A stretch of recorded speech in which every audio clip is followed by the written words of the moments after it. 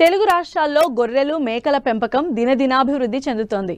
ఒకప్పుడు సంచార జాతుల వారికే పరిమితమైన వీటి పెంపకాన్ని ఇప్పుడు నిరుద్యోగ యువకులు కూడా చేపడుతున్నారు. వాణిజ్య సరళిలో పెంచి మంచి ఫలితాలు సాధిస్తున్నారు.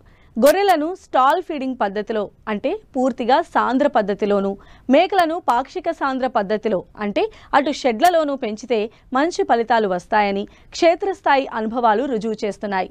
అయితే ప్రాంతానికి అనుగుణంగా అధిక మాంసోత్పత్తిని ఇచ్చే జాతుల ఎంపిక అనేది చాలా కీలకం.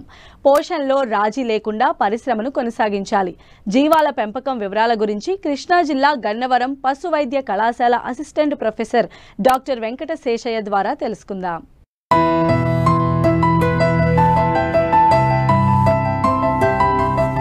వ్యవసాయ అనుబంధ రంగాల్లో వాణిజ్య సరళిలో దినదిన అభివృద్ధి చెందుతున్న పరిశ్రమ జీవాల పెంపకం. ఒకప్పుడు విస్తృత పద్ధతిలో ఆరుబయట పొలాలు, పచ్చిక బేళ్లలో వీటిని మేపే విధానం ఉండేది. కాని ఇప్పుడు పచ్చిక బయళ్లు తగ్గిపోవడం, వ్యవసాయం వ్యాపారంగా మారిపోవడంతో శివారు భూముల్లో తప్ప ఇప్పుడు ఆ అవకాశాలు లేవు. దీంతో దేశంలో జీవాల సంఖ్య క్రమంగా తగ్గిపోతోంది.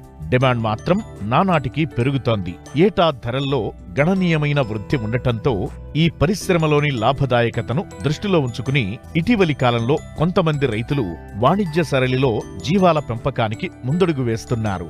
అయితే ఈ రంగంలో ఎదురవుతున్న సమస్యలను అధిగమించినప్పుడే ఆశించిన ఫలితాలు పొందే వీలుంది. ముఖ్యంగా జాతుల ఎంపిక, పోషణ యాజమాన్యం, ఆరోగ్య సంరక్షణ, పునరుత్పత్తిపై ప్రత్యేక శ్రద్ధ ఈ పరిశ్రమను విజయాల బాటలో నడిపిస్తాయని తెలియజేస్తున్నారు కృష్ణా జిల్లా గన్నవరం పశువైద్య కళాశాల assistant professor doctor Venkata Seshayya.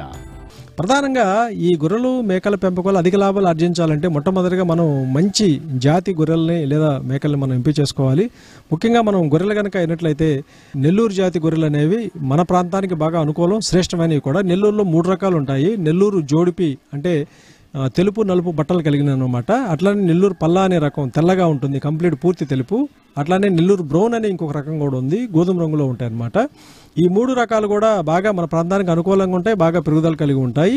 ఇక మాచెల్ల వెరైటీ అనేటటువంటి ఒక రకం కూడా ఉంది. మాచెల్ల పరిసర ప్రాంతాల్లో బాగా ఎక్కువగా ఈ గొర్రెలు కనపడుతూ ఉంటాయి. కొంచెం ఊలు ఎక్కువగా ఉండేటట్లు ఉన్ని లాగా ఉంటుందన్నమాట. వీటికి బరువు బాగా విపరీతంగా ఉంటాయి. ఈ గొర్రెలు కూడా బాగా మరి ఎక్కువ పెంచుకోవడానికి శ్రద్ధ చూపిస్తూ ఉన్నారు. అట్లానే మేకల్లో మనం చూసినట్లయితే మనకి ఉస్మానాబాదీ మేకలు కానీ, అట్లానే సిరోహి మేకలు కానీ, తక్కువ సమయంలో ఎదకు వచ్చి ఎక్కువ పిల్లలను పెట్టగలిగేటటువంటి మేకలైన బెంగాల్ మేకలు, ముఖ్యంగా బ్లాక్ బెంగాల్ మేకలు బాగా మన ఏరియాలో బాగా ప్రాచుర్యం పొందినాయి అనమాట. ఈ రకమైన మేకలను ఎంపిక చేసుకొని మేకల ఫారాలు మనం పెట్టుకోవచ్చు. మనం ఎంపిక చేసుకునేటటువంటి మేకలు కానీ గొర్రెలు కానీ పూర్తి ఆరోగ్యంగా ఉండేటట్లు చూసుకోవాలి. సాధారణంగా 3 సంవత్సరాల వయసున్నటువంటి ఆడ గొర్రెలు లేదా మేకల్ని మనం తీసుకోవచ్చు. అట్లానే పొట్టేళ్లు 3.5 సంవత్సరం ఉండేటట్లు మనం చూసుకోవాలి. పొట్టేళ్లు లేదా ఈ మేకపోత అనేది కవలలుగా పుట్టినటువంటి లక్షణం కలిగి ఉన్నట్లయితే, అంటే కవలల్లో ఒకటి అయి ఉండాలి. ఈ విధంగా ఉండడం వల్ల మిగిలిన వాటి పిల్లలకు వచ్చి సంతతి త్వరగా అభివృద్ధి చెందే అవకాశం ఉంటుంది. బలమైనటువంటి దవడలు, అట్లానే బలిష్టంగా ఉండేటటువంటి మెడ, విశాలమైన వీపు, బాగా కండబట్టి ఉన్నటువంటి పిక్కలు, మరి కాళ్ళు నిటారుగా ఉండేటట్లు ఉన్నటువంటి మంచి పోతుల్ని ఎంపిక చేసుకోవాలి. ముఖ్యంగా వృషణాల యొక్క చుట్టుకొలత కనీసం 32 సెంటీమీటర్లు ఉండేటట్టు తప్పనిసరిగా చూడాలి. ఎందుకంటే వీటిలో పిల్లలు పుట్టేటటువంటి సామర్థ్యం అనేది వృషణం యొక్క సైజును బట్టి కూడా ఆధారపడి ఉంటుంది. కాబట్టి రైతులు ఈ జాగ్రత్తలు తప్పనిసరిగా చూసుకోవాలి.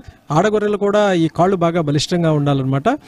ప్రధానంగా మనం ఆడగొర్రెల్లో నెమ్మది స్వభావం ఉన్నటువంటి గొర్రెలు ఎక్కువ మాతృత్వం కలిగి ఉంటాయి. కాబట్టి ఇటువంటి గొర్రెల్ని మనం ఎంపిక చేసుకొని మనం మొట్టమొదటిగా ఫామ్ పెట్టుకున్నట్లయితే వాటి ద్వారా మనకు అధిక ఆదాయం వచ్చేటటువంటి అవకాశం ఉంటుంది. గొర్రెలు లేదా మేకల్లో పునరుత్పత్తి యాజమాన్యంపైనే మంద అభివృద్ధి ఆధారపడి ఉంటుంది. సాధారణంగా గొర్రె 1 పిల్లను ఇస్తే మేక 2 పిల్లలు ఇస్తుంది. ప్రతి 8 నెలలకు 1 ఈత చొప్పున అంటే 2 సంవత్సరాలకు జీవాలు 3 ఈతలు ఈనాలి. ఏమాత్రం ఆలస్యమైనా ఖర్చులు పెరిగిపోయి రైతుకు నష్టాలు తప్పవు. గొర్రెలు కట్టే సీజన్కి గొర్రెలు కానీ మేకలు కానీ సాధారణంగా జూన్ జూలైలో బాగా ఎక్కువ కడతా ఉంటాయి. ముందు ఈ మే మాసంలో కనుక ప్రతి గొర్రెకు సుమారు 200 గ్రాములు దాణా కనుక పెట్టినట్లయితే ఇవన్నీ కూడా ఒక్కసారి ఎదకొచ్చి తద్వారా ఎక్కువ కవలలు పుట్టేటటువంటి అవకాశం కూడా ఉంటుందన్నమాట. అట్లానే మనం వీటిని పోషించేటప్పుడు కొన్ని ప్రత్యేకమైనటువంటి జాగ్రత్తలు తీసుకోవాలి. ముఖ్యంగా మన రాష్ట్రంలో ఈ గొర్రెలు మేకలు అన్నీ కూడా బయట ఈ పచ్చగా తిని ఎక్కువగా పెరుగుతూ ఉంటాయి. అట్లాగే ఈ పచ్చిక లభ్యత కనుక సరిగా లేనట్లయితే మరి తప్పనిసరిగా మనం పశుగ్రాసాలను పెంచుకొని వీటి పోషణ చేయవలసిన అవసరం ఎంతైనా ఉంటుంది. ఒక గొర్రె లేదా మేకకి కనీసం వాటి యొక్క శరీర బరువులో 10% వరకు కూడా పచ్చిమేత అవసరం అవుతుంది. సుమారు 30 కిలోల బరువు కనుక ఉన్నట్లయితే 3 కిలోల వరకు లేదా 40 కిలోలు ఉంటే 4 కిలోల వరకు పచ్చగడ్డి మనం తప్పనిసరిగా ఇవ్వాలి, ఒకవేళ కనుక బయట లేకపోయినట్లయితే. అట్లానే ప్రతి గొర్రెకు కూడా మరి వాటి యొక్క చూడి కానీ లేదా పాడి కానీ బట్టి మనం అదనంగా దాణా కూడా ఇవ్వాల్సిన అవసరం ఉంటుందన్నమాట. సాధారణంగా చూలు కట్టినటువంటి గొర్రెలు లేదా మేకలు ఈ చివరి 2 మాసాల్లో మనం అదనంగా వీటికి దాణా కనుక ఇచ్చినట్లయితే మరి పిల్ల బాగా బలంగా పెరిగే అవకాశం ఉంటుంది. ముఖ్యంగా పిల్ల పుట్టినప్పుడు బాగా ఆరోగ్యవంతంగా ఉండి పిల్లల్లో మరణాలు కూడా లేకుండా ఉంటాయన్నమాట. అలాగే ఈనిన తర్వాత తల్లిలో పాలు కూడా బాగా ఎక్కువ ఉంటాయి కాబట్టి ఈ పిల్లల్లో ఎలాంటి మరణాలు లేకుండా బాగా ఆరోగ్యంగా పెరిగేటటువంటి అవకాశం ఉంటుందన్నమాట. ఇక పిల్లల్లో ఆరోగ్య పరిరక్షణ అనేది చాలా కీలకం. ముఖ్యంగా పిల్లల్లో ఈ అంతర్పరాణ జీవుల నివారణ అనేది మనం తప్పనిసరిగా చేసుకోవాలి. మొట్టమొదటిగా 7వ రోజు వయసులో మనం లోపల అంతర్పరాణ జీవుల నివారణ చేసుకోవాలి. ఇక టీకాలు అనేవి వ్యాధులు రాకుండా మనం కాపాడతాయి. ఈ టీకాల్లో ప్రధానంగా మనం ఈ పిల్లలకైతే చిటుకు వ్యాధి అనే టీకాలు తప్పనిసరిగా తొలకల వర్షాలు పడే ముందు వేయించాలి. వీటితో పాటు మనకి మూతిపుళ్ళ వ్యాధి, గాలికుంటు వ్యాధికి కానీ అట్లానే ఈ న్యూమోనియాకి తప్పనిసరిగా టీకాలు వేయాలి. ఇక బొబ్బ వ్యాధికి కూడా ఈ గొర్రెల్లో తప్పనిసరిగా టీకాలు వేసుకోవాలన్నమాట. ఈ టీకాలన్నీ వేసుకున్నప్పుడు సాధారణంగా వీటిలో వ్యాధి నిరోధక శక్తి పెరిగి తద్వారా ఈ వ్యాధులు రాకుండా కాపాడతాయి. తద్వారా ఈ గొర్రెలు మేకల పెంపకం ద్వారా అధిక ఆదాయాన్ని మనం సాధించడానికి అవకాశం ఉంటుంది.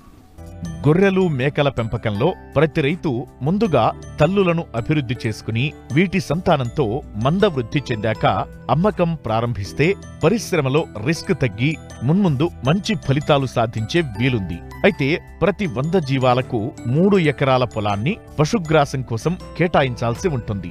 సాధారణంగా 100 జీవాలు పెంచే రైతు ఏటా 1,50,000 నుంచి 2 లక్షల నికర లాభం సాధిస్తున్నారు. వనరుల అందుబాటును బట్టి జీవాల సంఖ్యను నిర్ణయించుకుని భారీ ఎత్తున కాకుండా కొద్ది సంఖ్యతో ప్రారంభించి అనుభవం వచ్చాక క్రమేపీ సంఖ్యను పెంచుకుంటే ఆశించిన ఫలితాలు పొందవచ్చు.